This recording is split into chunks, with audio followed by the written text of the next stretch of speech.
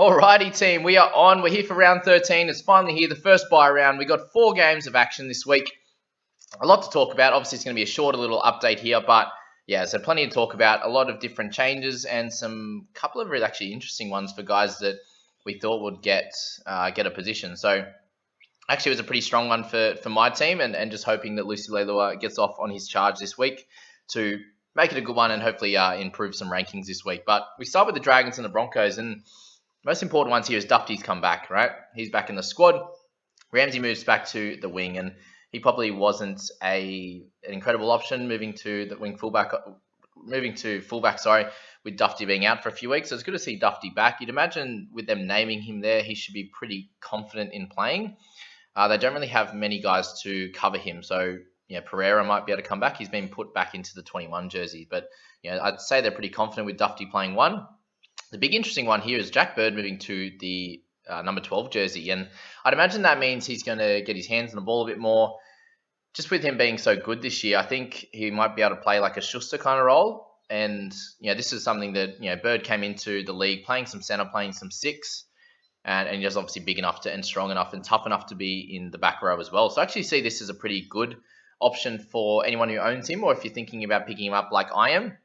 It should only be for the 1 week with Tarek Sims playing Origin. But remember, anything could happen in terms of injuries and stuff. So if that's something that stays, or if Sims gets injured or suspended or something like that, then Bird might end up staying in the 12. And I don't see that as an issue for him at all.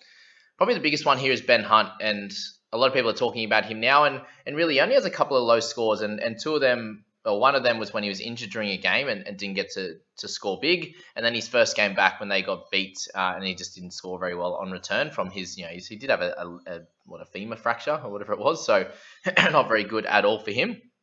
But around that, he's, especially the last, 4 weeks, he's had really, really good games.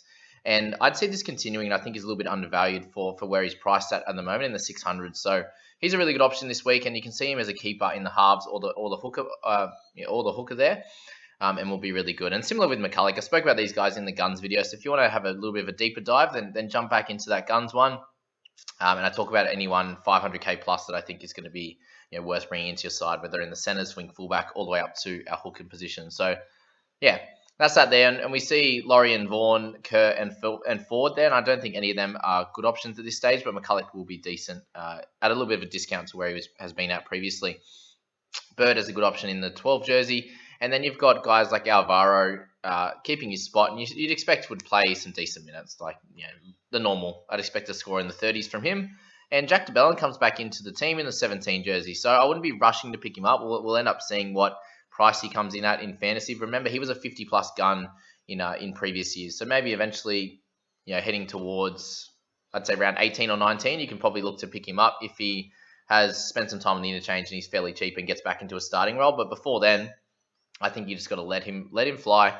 We don't need him yet. Just go from there. But yeah, that's the Dragon side. On the Broncos side of things, Asako keeps his spot. They got Cobbo, and the thing here, guys, a lot of people will go, "Oh, should I bring in a cash out option in round 13?" I think it's way too early. You've still got 13, 14 rounds left to do really well.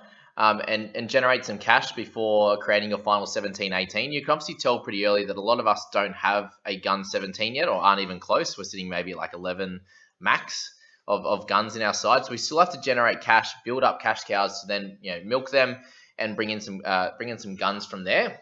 And I don't think someone like Cobbo is going to be a good option at this stage, so probably a little bit too early. Farnworth is still going to be a decent option as a possible keeper in the centres. We do have guys like Bird who I think are going to be better. You also have Averillo, which would be smart to pick up next week. He obviously is pretty expensive now, but there's a bunch of guys that are probably better than Farnworth, I think, in my personal opinion. So you can make your decision on that.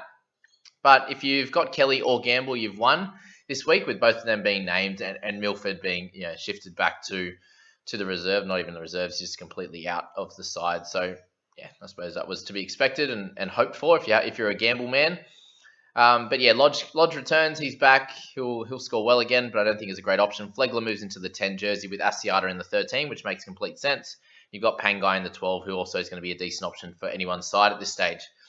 What we thought would happen with Palaszczuk moving back to the bench or out of the side, he's on the bench this time, with Glenn coming back from his injury. So yeah, I suppose that was to be expected, and a little bit of a a lesson learnt again for those guys that decide to pick him up. Jordan Ricky's in the 18 jersey, which is interesting. So he could probably come into on the bench there at any stage for Palaszczuk, or they've got Rabadi as someone who's going to play this week. So yeah, that's that first game there. We'll move on to the Tigers and the Panthers there. Not too much to talk about on the Tigers side. They're very much a similar side, apart from Lucy Leilua, who may not be playing. So if he if he goes successful at the judiciary, he plays this week and he's fine. And if he doesn't, he misses 2 weeks. So we're looking, if he doesn't play, you'd imagine Sean Bloor or something like that would come onto the number 12 jersey, and they'll pick up, someone like a Cheekham or Simkin or something will come in to the interchange there. The best thing here for my team is the fact that Oituka Manu is back in the interchange, and there's a good reason for holding him, thankfully. That he will play this week and hopefully get a 30-odd for my squad and anyone else who held him. So that's good. Seyfarth gets onto the 13 role, which is interesting. For off Angawi was there, but moves off to the bench, and he should score pretty well this week, but I don't think he's an option to pick up. And on the Panthers side, Dylan Edwards come back, Crichton back to 3, Mom keeps his spot, Burton goes to 6, Tyrone May comes to 7. So a lot of people spoke about May and Burton as this was going to be the combination if we had Luai and Cleary playing Origin, and that's exactly what's happened here. Burton will take the majority of the kick meters, you imagine, but Tyrone May, you'd expect somewhere around a 40 from him, 30 to 40. Burton, we're thinking 50 to 60 plus is his normal, just in base stats, really, tackles and kicking, with the odd try assist and whatever he comes up with there. But yeah, still a really good team, to be honest. And the great news here is Spencer Leniu comes into the starting role, which is absolutely awesome. Really happy with that one, and was kind of expected that he'd get a decent role coming into this game. And you see their bench, so you got Salmon, Hopgood, Smith, and Tago. So you'd imagine Spencer actually plays a 40 to 50 minute role this game. We hope and pray that he can get a really big score and sort of repay the faith for those that decide to hold him. I wouldn't be picking him up this week, but if you hold him this far, awesome work. Same with Kenny, you're not picking him up. Sorensen should score well, and Eisenhuth in the 12 and 13 jersey. Fisher Harris is a great option if you need someone that's going to average mid-50s and is a keeper all year. You only miss him in round 17, for example. All right, let's slide along to the next game, and the Storm and the Titans here. Only 4 games this week, guys. In terms of the Storm, Nico Hines in the 1 jersey, I think it's probably a little bit too late to pick him up, as he should only get a 1, 6, or 7 role maybe over the next 2 weeks. I imagine they might rest one of those guys, whether it's Pap, Munster, or Hughes. Might get a resting at some point there. Obviously, Hughes is coming off a little bit of an injury, so it might be smart when they get a few of their cattle back that he has a rest. There's no real point pushing the Storm at the moment and their players when they're doing so well. Remus Smith's a hold. Anyone else in here is not a pickup, I don't think. Finucane, people have been speaking about, but he's getting big minutes, which is great, but just not scoring well enough, which is annoying. So, yeah, I'd be staying clear of him. Brandon Smith, probably done too well over the last few weeks and gained too much cash, / he missed out on his 5 try assists in 2 games. So, it's probably chasing points if you're picking him up now with Grant, coming back fairly soon. He'll obviously, Smithy will play games around Origin for big minutes, but I don't think he's an option as he's a bit too expensive right this second. And on the Titans side, we have Jaden Campbell, a young rookie who is actually Preston Campbell's son, which is pretty cool. So he'll get his debut and probably do well. I haven't seen too much of him, but again, not an option going forward unless Brimson ends up with a solid injury.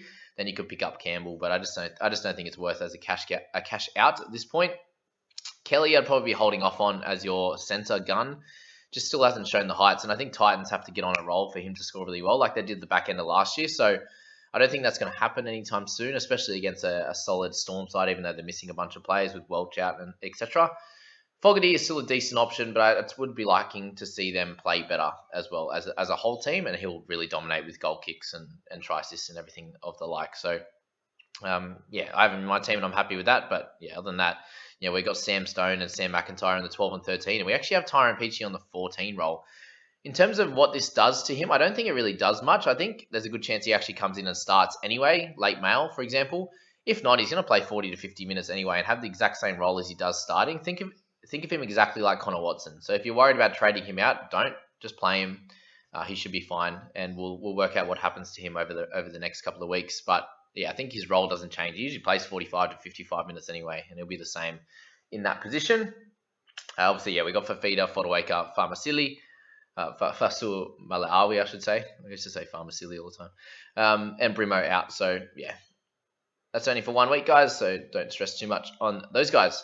Connor Watson keeps the 6 role, which keeps Kurt Mann in the 14, which is pretty annoying. For anyone who picked him up when I did in the alternates, then it's like, well, you probably hold him for a week, this one, so you get a player, but then probably moving him on sometime in the next few weeks if he doesn't get that role back. And I suppose, they're finally seeing that Connor Watson actually did really well in the 6 role, and that's really good for his scoring going forward. Tex is still there in the 1, which is good for him and anyone who owns him, if you've held on this whole time.